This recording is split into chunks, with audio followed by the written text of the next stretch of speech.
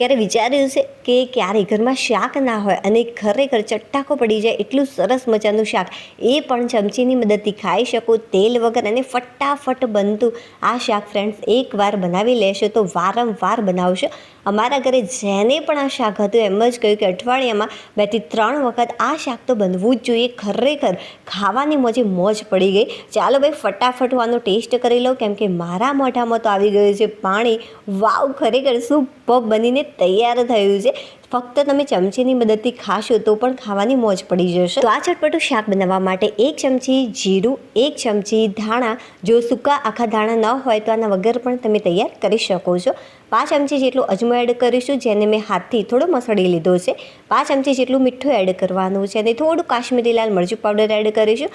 1/2 ચમચી કરતાં ઓછા પ્રમાણમાં અને 5 ચમચી કરતાં વધારે પ્રમાણમાં। સૌથી પહેલાં આપણે સૂકા મસાલાને આ રીતે વાટી લઈશું। અધકચરા વાટવાના છે, દરદરા રહે એ રીતે, ધાણાને 2 ફાડ થઈ જાય એ રીતે મેં આને વાટી લીધું છે। જુઓ એકદમ પરફેક્ટ રીતે આ વટાઈ ગયું છે। હવે આપણે આની અંદર ઉમેરીશું સારી એવી સ્ટ્રોંગ ફ્લેવર આવે એ માટે લસણની કળીઓ 6 જેટલી અને એટલા જ પ્રમાણમાં ઝીણા ચોપ કરીને આદુના ટુકડા એડ કર્યા છે। હવે બસ આને પણ આપણે વાટી લઈશું।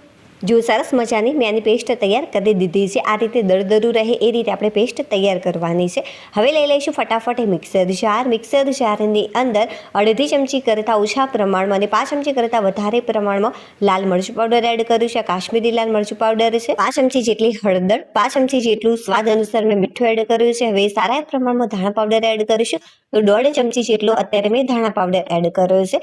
હવે એક મોટી સાઈઝની ડુંગળી લીધી હતી એને કટ કરીને આ રીતે ઉમેરી છે મોટા ટુકડાઓમાં અને એટલા જ પ્રમાણમાં મેં ટામેટું લીધું છે। 2 નંગ જેટલા ટામેટા હતા મીડિયમ સાઇઝના।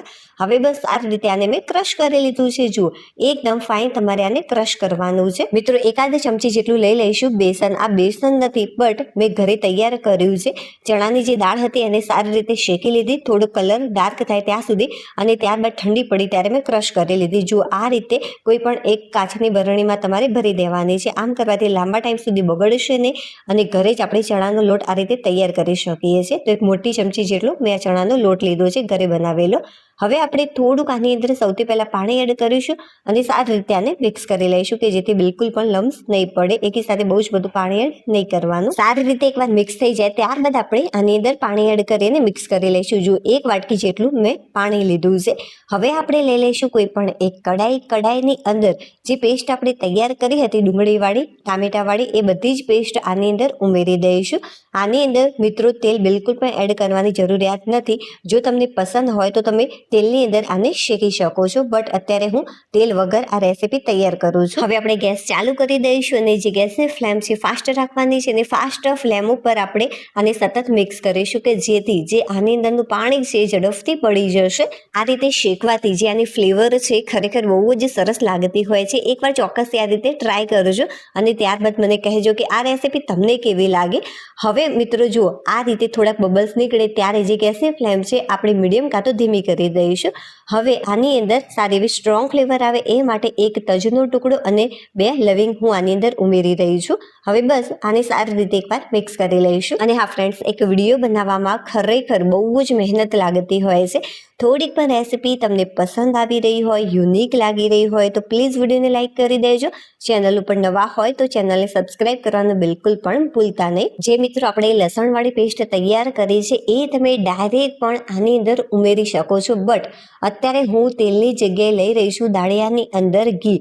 2 મોટી ચમચી જેટલું મેં ઘી લીધું છે। ઘીને સાઈડમાં હું ગરમ કરવા મૂકું છું। આ ટોટલી ઓપ્શનલ છે, તમે ઘી કે તેલ વગર પણ આ રેસીપી બનાવી શકો છો। જે પેસ્ટ તૈયાર કરી છે લસણવાળી એ તમારે ઘીની અંદરની જગ્યાએ તમારે ડાયરેક્ટ પ્યુરીની અંદર જ ઉમેરી દેવાની છે। જે આ ટામેટા ડુંગળીની આપણે પ્યુરી અત્યારે શેકી રહ્યા છે એની અંદર ડાયરેક્ટ પણ તમે આને શેકી શકો છો બટ ઘીની ફ્લેવર છે ખરેખર બહુ જ સરસ આવતી હોય છે।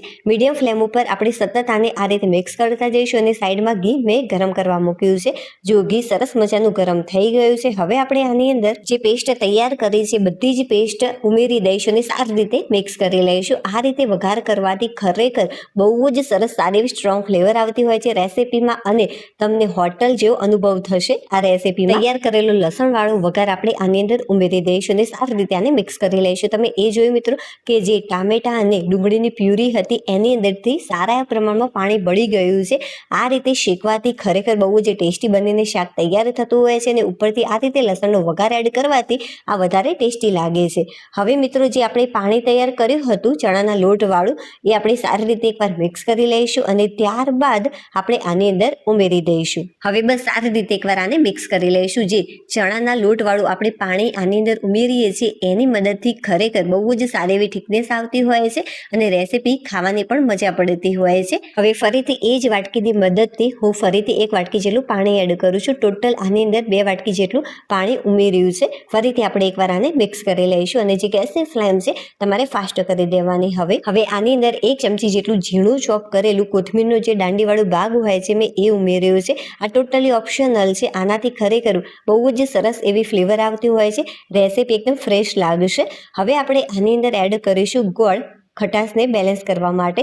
આ ટોટલી ઓપ્શનલ છે. જો તમને ગોળ પસંદ ન હોય તો આના વગર પણ તમે તૈયાર કરી શકો છો. તો 2 થી 3 ચમચી જેટલો હું આની અંદર ગોળ ઉમેરી રહી છું. હવે આપણે ઢાંકણ ઢાંકી દઈશું અને જે ગેસની ફ્લેમ છે મેં ફાસ્ટ રાખી છે. મિત્રો સરસ મજાનો આની અંદર ઉભરો આવી ગયો છે. હવે આપણે જે ગેસની ફ્લેમ છે મીડિયમ કરી દઈશું અને ત્યારબાદ આની અંદર એડ કરીશું ચટપટા ટેસ્ટ માટે ચવાણું. મિત્રો હા મિત્રો, ચવાણાથી ખરેખર જે આ રેસીપી છે બહુ જ ટેસ્ટી બનીને તૈયાર થતી હોય છે. અત્યારે તમને કેટલો રસો પાતળો લાગી રહ્યો છે, બટ જ્યારે ચવાણું એડ કરશો અને મિક્સ કરશો તો ખરેખર બહુ જ સરસ મજાની જે રેસીપી છે ઘટ બનીને તૈયાર થાય છે અને સાથે સાથે ટેસ્ટી પણ લાગે છે.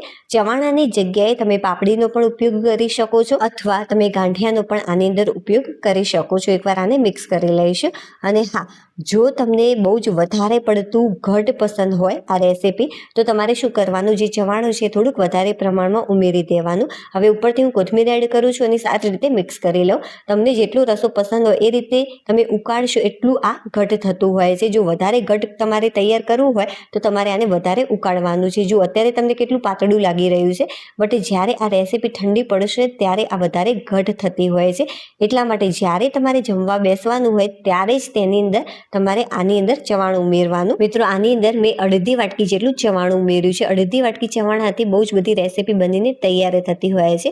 હવે બસ પ્લેટની અંદર મેં આને સર્વ કરી દીધી છે. હવે ઉપરથી આપણે થોડુંક ડેકોરેશન માટે ચવાણું એડ કરીશું. આનાથી ડેકોરેશન પણ થઈ જશે અને ખાવાની પણ મોજ પડી જતી હોય છે. હવે ઉપરથી થોડીક મસાલા સિંગ, એકદમ ઝીણી ચોપ કરીને ડુંગળી એડ કરીશું અને ત્યારબાદ ઝીણી ચોપ કરેલી મેં કોથમીર લીધી છે તો એ આપણે એડ કરીશું 1 થી 2 ચમચી જેટલી. ચાલો લાસ્ટમાં હું તમને સૂર્યપ્રકાશમાં આનું ઓરિજિનલ રિઝલ્ટ બતાવું છું. કેટલી સરસ મજાની રેસીપી દેખાઈ રહી છે. જોતાં જ ખાવાનું મન થઈ જાય તેવી બનીને આ તૈયાર થાય છે. ચાલો હવે આપણે ફરીથી મળીશું એક નવી ટેસ્ટી અને હેલ્ધી રેસીપી સાથે. અને હા ફ્રેન્ડ્સ, વિડીયો સારો લાગ્યો હોય થોડું ઘણું તો ચોક્કસથી લાઈક કરી દેજો અને ચેનલને સબસ્ક્રાઈબ. બાય.